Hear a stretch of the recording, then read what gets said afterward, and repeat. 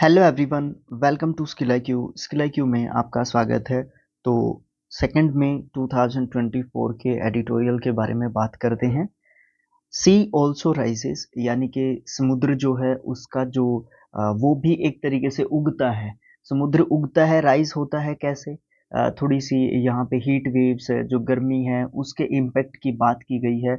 और जो समुद्र है या जो हमारा जो सी लेवल है, सी लेवल नहीं सॉरी, जो समुद्र है हमारा, वहाँ पे बहुत ज़्यादा गर्मी एक तरीके से बढ़ रही है वहाँ पे, है ना? तो इस तरीके की प्रॉब्लम्स जो है, एक तरीके से ग्लोबल वार्मिंग का थोड़ा-सा ज़िक्र आएगा यहाँ पे। इस तरीके की बातें हमारे एडिटोरियल में की गई है कि ज़्यादा गर्मी क्यों बढ़ रही है आजकल, या आगे के समय में इतनी ज़्यादा गर्मी कैसे बढ़ेगी, क्यों बढ़ेगी, उसका क्या रीज़न है? देखो, रीज़न तो हम मानव ही हैं, और कोई तो रीज़न है नहीं उसके पीछे, ठीक है? तो बहुत सारी चीज़ें, बहुत सारी बातें जो है हम इस एडिटोरियल में डिस्कस करेंगे। तो चलिए स्टार्ट करते हैं। तो सी ऑल्सो राइजेस मतलब समुद्र जो है वो एक तरीके से उसका जो गर्मी है एक तरीके से वो बढ़ रही है। On understanding the oceans location local impact, मतलब हमें ये समझना है कि जो हमारा इंडियन ओशियन है, जो हमारा हिंद महासागर है, उसका जो लोकल इम्पैक्ट है, उसका जो जो स्थानीय जो प्रभाव है, उसके ऊपर समझना जो है उसके लिए हमें ज़रूरी है। India must collaborate with countries of the Indian Ocean to invest in data gathering on warming। कहने का मतलब यहाँ पे ये है कि जो वार्मिंग है उसके ऊपर, जो गर्मी है, जो बढ़ती हुई गर्मी है या वार्मिंग है, उसके ऊपर भारत को ज़रूरी है, मस्ट कोलैबोरेट, ये बहुत ज़्यादा ज़रूरी है, इसके ऊपर ध्यान देना चाहिए भारत को। विद अदर कंट्रीज़, दूसरी कंट्रीज़ के साथ मिलके, जो भी इंडियन ओशन के साथ-साथ लगती हुई जो कंट्री हैं, उनके साथ जो है एक तरीके से कोलैबोरेट करके, इन्वेस्ट करके, भारत को दूसरी कंट्रीज़ के साथ कोलैबोरेट करके, इन्वेस्ट करके एक डेटा जो है गैदर करना चाहिए, डेटा इकट्ठा करना ही चाहिए, जिससे जो ये वार्मिंग है, जो ये बढ़ती वार्मिंग है, उसको एक तरीके से क्या किया जा सके, उसको एक तरीके से कंट्रोल किया जा सके। तो अभी हम समझते हैं चीज़ों को किस तरीके से चीज़ें की जा सकती हैं। India may be rolling in heat waves, but the possibility of a munificent monsoon, as envisaged by the IMD, Indian Meteorological Department, may be contributing to some psychological relief। यहाँ पे कनेक्ट आईएमडी के बारे में हम पहले के sessions में बात कर चुके हैं, बट हाईलाइट हमने अलग से इसको इसलिए किया हुआ है कि ये थोड़ा सा एक डिपार्टमेंट का नाम है, इसके बारे में हमें पता होना चाहिए, ठीक है? तो भले ही इंडिया जो है बहुत ज़्यादा गर्मी से, बहुत ज़्यादा जो हीट वेव्स हैं उनसे जूझ रहा हो, बट जो इंडियन मेट्रोलॉजिकल डिपार्टमेंट है, जो भारतीय मौसम विज्ञान है, मौसम विज्ञान विभाग है, वो जो है उसने बताया है कि बेनिफिशिएंट मानसून जो है यहाँ पे देखने को हमें मिलेगी। एनविसेस्ड का मतलब क्या होता है? परिकल्पित, है ना, उल्लिखित, बताया है इसके बारे में आईएमडी ने, ठीक है? तो बहुत ज़्यादा मतलब अच्छी जो है बारिश होने की यहाँ पे एक तरीके से पॉसिबिलिटी यहाँ पे बताई है बाय द आईएमडी। उससे जो है एक राहत की सांस मिलती है। Maybe contributing to some psychological relief, इससे हमें एक मनोवैज्ञानिक रिलीफ जो है मिलेगा, क्योंकि अब हम हीट वेव से गुजर लेते हैं, बाद में हमें मानसून अच्छा देखने को मिलेगा। मानसून अच्छा मीन्स हमारी जो खेती बाड़ी है, हमारे जो और भी चीज़ें हैं जहाँ पे पानी की बहुत ज़्यादा कमी है, इस तरीके की चीज़ें हमें उस चीज़ को सोच के, उसी चीज़ को सोच के, वही जो है यहाँ पे साइकोलॉजिकल रिलीफ लिखा हुआ है ना, तो इसीलिए लिखा हुआ है कि उस चीज़ को सोच के हम खुश हो सकते हैं। इन द लॉन्ग रन, लंबे समय में, however there is much to be worried about, मतलब हालांकि हम ये सोच सकते हैं कि आगे का जो समय आएगा, चिंता करने लायक बहुत कुछ हमारे लिए यहाँ पे होगा, बहुत कुछ हमें चिंता जो है देगा, इसके बारे में चिंताग्रस्त हमें करेगा। A recent study led by scientists at the Indian Institute of Tropical Meteorology, Pune, and other international institutions has forecast based on expected global carbon emission trends, the likely impact on the Indian Ocean। यहाँ पे क्या कहने की कोशिश की जा रही है? जो भारतीय उष्ण कटिबंधीय मौसम विज्ञान संस्थान पुणे है, जो Indian Institute of tropical metrology Pune जो है महाराष्ट्र के अंदर है ये, और इसके साथ जो है दूसरे जो अंतर्राष्ट्रीय संस्थान हैं, इनके वैज्ञानिकों ने बताया कि एक हालिया स्टडी की गई है, रिसेंट स्टडी में बताया, हालिया जो है क्या बोलते हैं स्टडी को, अध्ययन में बताया कि वैश्विक जो कार्बन उत्सर्जन है उसके रुझानों के आधार पर जो हिंद महासागर है उस पर संभावित जो प्रभाव हैं उनका एक अनुमान यहाँ पे लगाया गया है। एक तरीके से जो एमिशन ट्रेंड्स हैं उनका इम्पैक्ट जो है एक तरीके से इंडियन ओशियंस के ऊपर जो है एक्सपेक्ट किया गया है, ग्लोबल कार्बन एमिशन ट्रेंड्स। ठीक है, तो ये जो है बताया गया है यहाँ पे। हम यहाँ पे एक बार देखते हैं Indian Institute of Tropical Meteorological जो डिपार्टमेंट है उसके बारे में थोड़ा सा देख लेते हैं। ये इसका ऑफिशियल लोगो है, भारतीय उष्ण देशीय मौसम विज्ञान संस्थान Pune, Indian Institute of tropical metrology Pune, Maharashtra के अंदर ये है। इसके बारे में थोड़ी सी जानकारी हमने ली हुई थी, कहाँ पे गई, ये रही। ठीक है, Indian Institute of Tropical Meteorological Pune स्थापना हुई थी 17 नवंबर 1962 को। इसके डायरेक्टर है आर कृष्ण। ठीक है, इसके डायरेक्टर कौन है, आर कृष्ण जो है इसके डायरेक्टर हैं। तो यहाँ तक हमें जो है पता लगा है कि जो ग्लोबल वार्मिंग है वो थोड़ा सा इम्पैक्ट डाल रहा है, और जो कार्बन एमिशन है उसका थोड़ा सा जिक्र आया है ना। तो इन सब चीज़ों के बारे में बताया गया है हमें अभी तक। दे रिपोर्ट उन्होंने रिपोर्ट दी है that the Indian ocean warmed, Indian ocean जो है वो गर्म होगा 1.2 degree Celsius and will likely heat up. जो तापमान रहेगा वो कितना रहेगा, 1.2 डिग्री सेल्सियस। वैसे बताया जाता है कि 1 डिग्री सेल्सियस तापमान भी बहुत होता है। ठीक है ना, ओशियन की बात की जा रही है यहाँ पे, ओशियन की। ठीक है, उसके बाद विल लाइकली हीट अप, जिससे गर्मी कितनी होगी 1.7 degree Celsius to 3.8 degree Celsius from 2020 to 2100। मतलब 2020 से लेके 2021 तक जो है 1.7 डिग्री सेल्सियस से लेके 3.8 डिग्री सेल्सियस तक जो है गर्म होने की जो पॉसिबिलिटी है वो बताई गई है। और 1.2 डिग्री सेल्सियस गर्म हो गया है ऑलरेडी जो हमारा इंडियन ओशियन है, जो हिंद महासागर है वो। ठीक है, उसके बाद जो है क्या कहा गया है, वॉइल जबकि heat waves are a lived experience, the study warns of marine heat waves, their counterparts in the sea, and linked to the rapid formation of cyclones as likely to increase tenfold from the current average of 20 days per year to 220 to 250 days per year। बड़ा मतलब एक तरीके से काफ़ी जो है confusing एक तरीके से पॉइंट्स डेटाज ये सब चीज़ें हैं ना, थोड़ा सा कंफ्यूज कर जाती हैं कई बार, है ना। तो यहाँ पे जो है क्या बताया गया है, यहाँ पे बताया गया है while heat waves are lived a lived experience, जबकि हमारे सामने जो हीट वेव्स हैं वो एक लाइव एक्सपीरियंस है, हमारे पास एक जीवंत जो है अनुभव है, एक्सपीरियंस है। The study warns of marine heat waves, जो स्टडी है, जो अध्ययन है वो समुद्री हीट वेव्स की चुनौती एक तरीके से हमें दे रहा है, वॉर्न हमें एक तरीके से कर रहा है।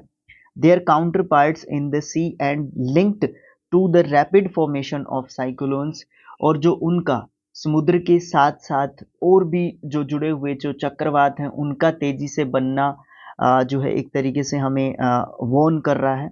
As likely to increase tenfold, tenfold का मतलब क्या होगा, 10 गुना।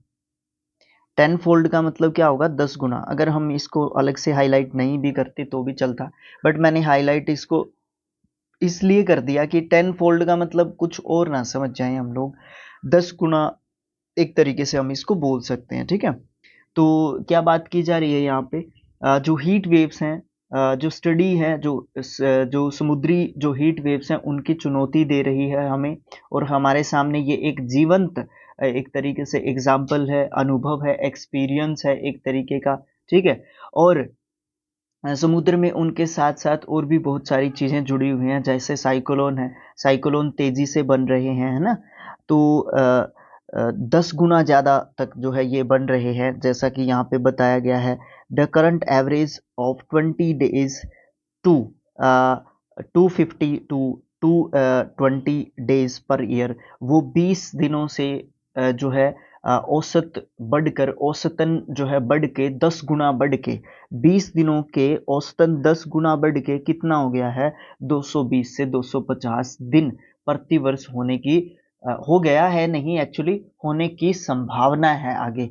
अभी 20 डेज चल रहा है साइक्लोन्स, एक ईयर में 20 डेज, बट आगे के समय में 250 जो है पर ईयर, है ना, पर ईयर इतने दिन होने की संभावना है। तो कहाँ तक हम जो है इन चीज़ों को टैकल कर पाएंगे, कहाँ तक हम इन चीज़ों का मुकाबला कैसे करेंगे। तो इसीलिए जो हमारा जो सब टाइटल था ना, उसमें ये बताया गया है कि जो दूसरे देश है ना, इंडिया को मस्ट कोलैबोरेट करना जरूरी है दूसरी कंट्रीज के साथ, जो इंडियन ओशियन कंट्रीज हैं उनके साथ मिलके डेटा इकट्ठा करने की ज़रूरत है वार्मिंग के ऊपर, तभी जो है इसका कुछ किया जा सकता है। अन्यथा यहाँ पे बहुत ज़्यादा प्रॉब्लम्स हमारे सामने खड़ी हो सकती हैं, या प्रॉब्लम्स हमारा वेट कर रही हैं एक तरीके से दोनों हाथ फैलाए हुए। This will push the tropical Indian ocean into A near permanent heat wave state, accelerate coral bleaching and harm the fisheries sector. ये कोरल ब्लीचिंग मैं आपको समझाऊंगा, इसको विद पिक्चर एंड कुछ स्टेटमेंट मैंने ली हुई है गूगल से, वो जो है मैं आपको दिखाऊंगा, इसको समझ लेना। बस यहाँ पे ये समझ लेना कोरल ब्लीचिंग ही मैं यहाँ पे वर्ड यूज करने वाला हूँ इसके लिए, ठीक है। देखो, दिस विल पुश, अब जो ये जो हीट वेव्स होंगी, ये जो वेव्स होंगी, या जो ये गर्मी होगी, या जो ये बहुत ज़्यादा बढ़ता हुआ जो तापमान होगा, ये जो आते हुए लगातार 10 गुना बढ़ते हुए जो साइक्लोन्स होंगे, इस तरीके की जो प्रॉब्लम्स हैं, ये किस चीज़ की तरफ हमें पुश करेंगी, the tropical Indian ocean into A near permanent heat wave state. ये जो बढ़ती हुई जो चीज़ें होंगी, ये जो बढ़ते हुए चक्रवात होंगे, ये सब चीज़ें होंगी, ये जो है उष्णकटिबंधीय ट्रॉपिकल इंडियन ओशियन को, उष्णकटिबंधीय हिंद महासागर को लगभग स्थायी हीट वेव की स्थिति में ये लेके चली जाएंगी। Near permanent heat wave state, लगभग स्थायी जो है हीट वेव की स्थिति में, सिचुएशन में लेके चली जाएंगी। एक्सेलरेट करेंगी, बढ़ाएंगी, किस चीज को बढ़ाएंगी, कोरल ब्लीचिंग को बढ़ाएंगी। इससे कोरल ब्लीचिंग जो है एक तरीके से बढ़ेगा, है ना। मूंगा विरंजन इसको एक तरीके से बोलते हैं, बट मैं आगे बताऊंगा इसका क्या मतलब है यहाँ पे। उसकी तरफ ज्यादा से ज्यादा एक्सेलरेट करेंगी। And harm the fisheries sector, और जो मत्स्य पालन जो है, जो मत्स्य पालन जो हमारा फील्ड है, ये जो सेक्टर है, फिशरीज जो सेक्टर है हमारा, उसको भी जो है एक तरीके से क्या करेगी, बहुत ज़्यादा जो है अफेक्ट करेंगी। ये जो हार्म करेंगी, ये क्या हार्म करेंगी, ये जो हीट वेव्स हैं वो हार्म एक तरीके से करने वाली हैं। The heating of the ocean would not be merely confined to the surface but actually increase the heat content of the ocean। यहाँ पे कहने का मतलब क्या है, देखो, यहाँ पे कहने का मतलब ये है कि समुद्र जो है सिर्फ गर्म होने की तरफ ही नहीं चलेगा, केवल सतह तक ही गर्म होना सीमित नहीं होगा समुद्र का। ये जो है वास्तव में समुद्र की जो गर्मी है उसमें भी एक तरीके से क्या होगी, बहुत ज़्यादा बढ़ोतरी आपको देखने को मिलेगी। सिर्फ सरफेस से ही गर्म नहीं होगा, actually increase the heat content of the ocean. समुद्र की बहुत ज़्यादा गहराई तक भी जो है ये क्या हमें देखने को मिलेगी, जो गर्मी है, जो हीटिंग है, वो हमें देखने को मिलेगी। तापमान जो है बढ़ता हुआ हमें देखने को मिलेगा। When measured from the surface to 2000 meter below, the thermal capacity of this ocean is now rising at the rate of 4.5 zeta Julius per decade, and is predicted to increase at the rate of 16 to 22 Zeta Julius per decade in the future. जेटा जूलियस थोड़ा सा आगे समझने को मिलेगा, इसने आगे बताया ही है इसके बारे में। तो वैन से लेके हम जो है यहाँ पे फ्यूचर तक की बात करते हैं कि इसने क्या बताया है यहाँ पे। ठीक है, देखो इसने इससे पहली जो लाइन है यहाँ पे बताया था कि सिर्फ सतह ही गर्म नहीं होगी, समुद्र के अंदर से भी गर्म होगा। ठीक है, सतह ही गर्म नहीं होगी, समुद्र के अंदर तक भी गर्म होगा। और जब हम बात करते हैं इस लाइन की, जब हम मेजरमेंट करने जाएंगे सतह से 2000 मीटर तक नीचे तक जब मापेंगे, तो महासागर की जो तापीय क्षमता होगी, जो कैपेसिटी होगी, थर्मल जो कैपेसिटी होगी ओशन की, वो जो है कितने तक पहुंच चुकी होगी, वो जो है 4.5 जेटा जूल तक जो है एक तरीके से प्रति दशक पर डिकेड हमें जो है एक तरीके से बढ़ती हुई यहाँ पे दिखाई जो है दे रही है या बढ़ रही है, लगातार बढ़ती हुई नजर हमें आ रही है। पर डिकेड 4.5 जेटा जूल, ठीक है, प्रति दशक हर 10 साल में 4.5 जेटा जूल जो है बढ़ रही है तापीय क्षमता किसकी, महासागर की, इंडियन ओशियन की। ओके, उसके बाद अब अगर हम बात करें यहाँ पे, joule is a unit of energy. आपको पता है जो जूल है वो एनर्जी का एक तरीके से यूनिट है, ऊर्जा की जो है इकाई है ना, ऊर्जा को हम जूल में मापते हैं। 1 zetta joule is a billion trillion joules. एक जेटा जूल जो है किसके बराबर होता है, बिलियन या फिर ट्रिलियन जेटा जूल्स के जो है एक तरीके से बराबर हमारा यहाँ पे होता है। उसके बाद the consequences of A warming Indian ocean extend very much into mainland India with the frequency of severe cyclones rising, and the monsoon becoming more erratic and uneven with long spells of drought followed by intense rain and concomitant flooding. यहाँ पे कहने का मतलब क्या है, पूरी लंबी line है, इसको थोड़ा सा समझने की कोशिश करेंगे। पहली बात तो मुझे ये जो है थोड़ा सा क्लियर करने की ज़रूरत है। यहाँ पे एनर्जी का जो बेसिक यूनिट है वो जूल है, ठीक है, और एक जेटा जूल जो है बिलियन ट्रिलियन जूल्स के जो है बराबर होता है। फिर अगली जो लाइन है, अगला जो पॉइंट है वो हमारा बताया है कि जो गर्म होता हुआ हमारा इंडियन ओशन है, जो हमारा गर्म होता हुआ इंडियन ओशियन है, लगातार जो गर्मी बढ़ रही है इंडियन ओशियन के अंदर, हिंद महासागर के अंदर, उसका फर्क, उसका जो इम्पैक्ट, उसका जो प्रभाव मुख्य भूमि मेन लैंड इंडिया के ऊपर भी जो है काफी बड़े पैमाने पर हमें देखने को मिलेगा। जहां पे गंभीर स्फीयर साइक्लोन्स राइजिंग, मतलब गंभीर जो चक्रवात हैं उनकी बढ़ती हुई आवृत्ति, मतलब आप 20 से अगर 220 दिन आएंगे चक्रवात साइक्लोन्स आएंगे, तो आप ये देख सकते हो 10 गुना जो है यहाँ पे बढ़ रहे हैं। तो कितने मतलब भयानक यहाँ पे परिणाम हमें देखने को मिल सकते हैं।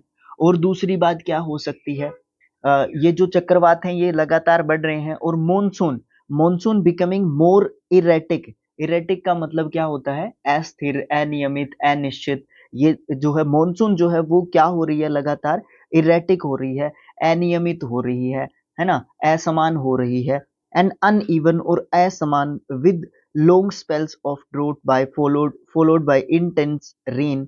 और बहुत ज्यादा कम जो है कहीं कहीं पे बहुत ज्यादा मतलब अनियमितता हो गई है। मॉनसून की जो अनियमितता है वो बढ़ते हुए किसके कारण ही है, वार्मिंग के कारण है, ग्लोबल वार्मिंग के कारण है, बढ़ते हुए तापमान के कारण ऐसा जो अनइवन जो है रेन हमें देखने को मिल रहा है। एक तरीके से इससे बहुत ज़्यादा गंभीर परिणाम हमें देखने को मिलेंगे। इरेटिक और अनइवन जो है रेन हमें देखने को मिलेगी, ड्रोट भी हमें देखने को मिलेगा बहुत ज़्यादा जगह पे, ठीक है, जहाँ पे बहुत कम बारिश जो होगी, लंबे समय तक जो सूखा रहेगा, इंटेंस रेन रहेगी, तो वहाँ पे ड्रोट यानी कि सूखा पड़ने की ज़्यादा संभावना हमें देखने को मिलेगी। एंड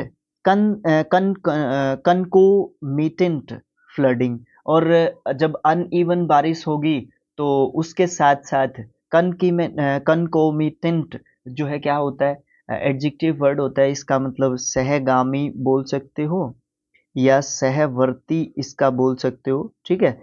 इसमें तो नहीं लिया, बट जब मैं टेलीग्राम पे पीडीएफ शेयर करूंगा तो वहां पे आपको सारी चीजें मिल जाएंगे, वर्ड मीनिंग्स आपको देखने को मिल जाएंगे, ठीक है। घबराने की जरूरत नहीं है। यहाँ पे मैं बता रहा हूँ, जो लिख सकता है लिख लो, नहीं लिखना है तो वहां से आप पीडीएफ डाउनलोड करके इजीली देख सकते हो चीजों को, ठीक है। कॉन्किपमेंट सेमियनटेनियसली, इसका सिनोनियम आप बता सकते हो यहाँ पे। तो जहाँ पे कहीं पे अनइवन बारिश होगी, कभी हो गई कभी नहीं हुई, पहले कभी एक सही और निश्चित समय पे बारिश होती थी बट अनइवन हो गई, इरेटिक हो गई, ठीक है। दूसरी बात, कहीं पे उसी समय पे सूखा पड़ रहा है, कहीं पे उसी समय पे बहुत ज़्यादा जो है फ्लडिंग आपको देखने को मिल रही है। तो इसके ये इस तरीके के गंभीर परिणाम देखने को मिलेंगे। अब जो है पिछली चीज से मैं इस बात को जोड़ दूं कि जो बढ़ता हुआ जो तापमान है समुद्र का, इंडियन ओशियन का, है ना, जो बढ़ता हुआ तापमान है उसके कारण सिर्फ समुद्री जो लाइफ है, जो ओशियन जो समुद्री जो लाइफ है, सी जो लाइफ है, वही अफेक्टेड नहीं होगी, उससे मेनलैंड के ऊपर भी काफी प्रभाव हमें देखने को मिलेंगे, ठीक है। और इस तरीके के जो प्रभाव हैं हमें देखने को मिलेंगे इन फ्यूचर, और मिल भी रहे हैं कुछ हद तक, ठीक है। These are linked to global warming, ये जो है लिंक कर सकते हैं हम इसको ग्लोबल जो वार्मिंग है उसके साथ जो है हम इसको लिंक कर सकते हैं with anthropogenic. Anthropogenic anthropogenic means क्या होता है, मानव से संबंधित, आप इसको जो है रिलेट करेंगे मानव जनित या मानव से संबंधित, ओके। एडजेक्टिव के रूप में इसको यूज कर रखा है। एंथ्रोपोजेनिक सोर्सेस मतलब मानव से संबंधित जो स्रोत हैं, सोर्सेस हैं उनसे, सच एज फॉसिल फ्यूल्स। अब उसमें कौन कौन से स्रोत जो है शामिल हो सकते हैं, ये तो एग्जाम्पल है, एक मुहावरा है, एक एग्जाम्पल है ना। ऑल द बेस्ट मूवी में बोलता है ना वो। तो फॉसिल फ्यूल्स बर्निंग है जिस तरीके से playing a significant role in nudging the planet closer to catalyst कैटली कैटासिक कैटलसिक कैटासिल्मिक कैटासिल्मिक टिपिंग पॉइंट्स। कहने का मतलब यहाँ पे क्या है, देखो एंथ्रोपोजेनिक मानव से संबंधित, ठीक है। मानव से संबंधित जो भी स्रोत हैं उसमें स्रोत कौन से शामिल हैं, उसमें फॉसिल फ्यूल बर्निंग जो है, उसमें जो जीवाश्म ईंधन का जो जलना है ना, वो सबसे ज़्यादा इम्पोर्टेंट यहाँ पे माना है, जो कि सिग्निफिकेंट रोल प्ले करेगा, जो कि महत्वपूर्ण भूमिका यहाँ पे निभाएगा इन नजिंग। नजिंग का मतलब क्या होता है, एक तरीके से इशारा कर रहा है। वैसे नजिंग का इम्पोर्टेंट जो मतलब एग्जैक्ट मीनिंग की तरफ जाएं तो कोहनी के द्वारा जो है इशारा करना होता है, बट यहाँ पे इंडिकेट करना, इशारा करना। द प्लेनेट क्लोजर टू, जो प्लेनेट है वो क्लोज जा रहा है, वो जो हमारा जो प्लेनेट है, प्लेनेट मतलब हमारे अर्थ की बात यहाँ पे की जा रही है, क्योंकि यहाँ पे जीवन है यहाँ पे, ठीक है।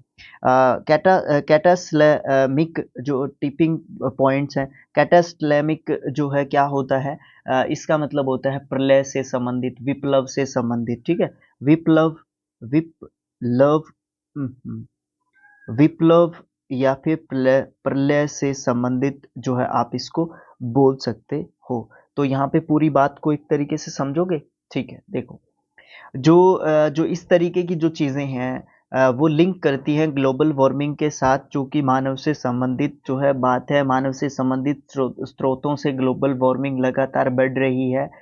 जैसे कि फॉसिल फ्यूल का जलना इसमें सबसे इम्पोर्टेंट महत्वपूर्ण रोल प्ले करेगा, जो कि एक तरीके से इशारा कर रहा है कि हमारी जो पृथ्वी है, द प्लेनेट इक्वल्स टू पृथ्वी, हमारी जो अर्थ है उसको और ज़्यादा नज़दीक ले जाएगा। जो भी भयंकर जो परिणाम निकलने वाले हैं, प्रलयकारी एक तरीके से जो सिचुएशंस आगे आने वाली हैं इन फ्यूचर हमारी अर्थ की तरफ, तो उनकी तरफ हमारी अर्थ को लेके चला जाएगा। ये इस तरीके की बातें, या ग्लोबल वार्मिंग या फिर बढ़ता हुआ जो तापमान है वो। Current global commitments to steam greenhouse gas emissions are unlikely to make a significant dent in the state of ocean's capacity, as unlike on land, the seas respond slower to changes in external inputs.